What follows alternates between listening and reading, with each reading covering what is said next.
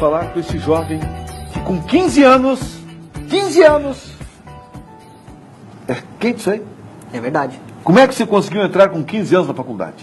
É que eu entrei muito cedo na escola, entrei com 4 para 5 anos na primeira série, fiz todas as séries normalmente, concluí o ensino médio, passei no vestibular com 15 e comecei a graduação com 15. E acabei me formando com 20 daí.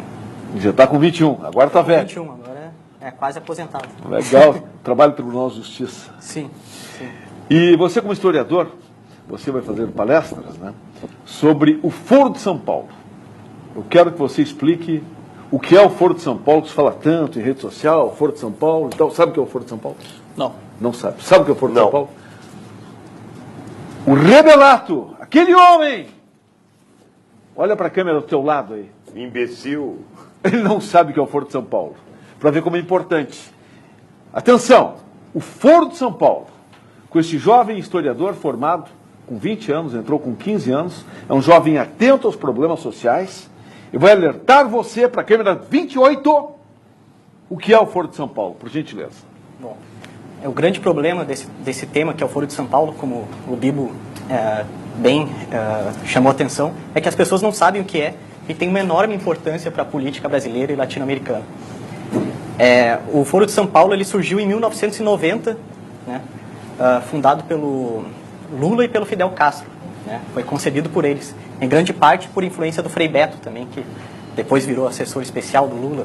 Né. E a ideia era justamente unir todas as esquerdas da América Latina, supostamente contra um avanço do neoliberalismo e do imperialismo norte-americano. Né. A esquerda na época estava enfraquecida, né, eles já sentiam que, já em 89 eles já sentiam que o Muro de Berlim ia cair, né, e eles iam perder muita coisa no leste europeu e queriam de alguma maneira retomar isso aqui na América Latina com um novo projeto de socialismo internacional.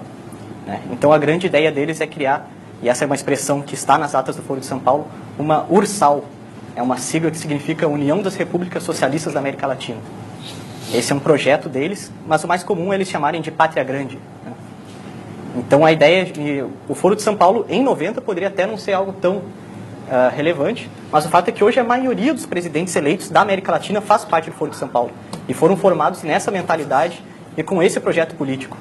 E a maioria das pessoas não sabe disso. Eu gostaria também que você colocasse os países que estariam nesse Foro de São Paulo. Claro. Atenção! O Foro de São Paulo ele integra muitos partidos, né? Então, dentre eles o PT, que está aqui no poder, né, desde 2002, mas também integra os partidos dos atuais governantes, da Bolívia, do Equador, da Venezuela, né? Aliás, Hugo Chávez foi uma das primeiras grandes vitórias. Cabe lembrar que em 90, quando começaram, o único governante do Foro de São Paulo que estava no poder era o Fidel Castro, né? Um governante, aliás, que dificilmente se pode chamar de democrático, embora o discurso todo do Foro de São Paulo fale em democracia, né? Mas isso engana a linguagem, muitas vezes que a esquerda se utiliza, engana o leitor incauto. Essa ajuda que o Brasil constantemente dá para países como Bolívia, Venezuela, bancou o Portimarião em Cuba e por aí afora, tem a ver com o pacto do Foro de São Paulo? Um ajudar o outro? Sem dúvida alguma. Não tem como compreender essas atitudes sem ter essa perspectiva do Foro de São Paulo, porque são claramente pautadas em critérios ideológicos e não em critérios técnicos, né?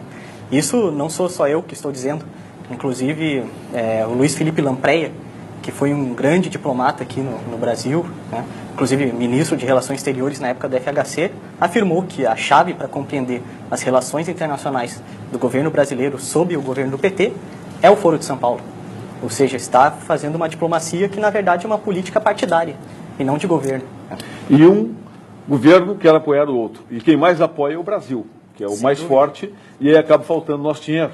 Sem dúvida. Porque manda para outros países. Exatamente. Esta é a realidade. Essa crise está se vivendo. 57% do dinheiro do BNDES foi distribuído para outros países que não fosse o Brasil.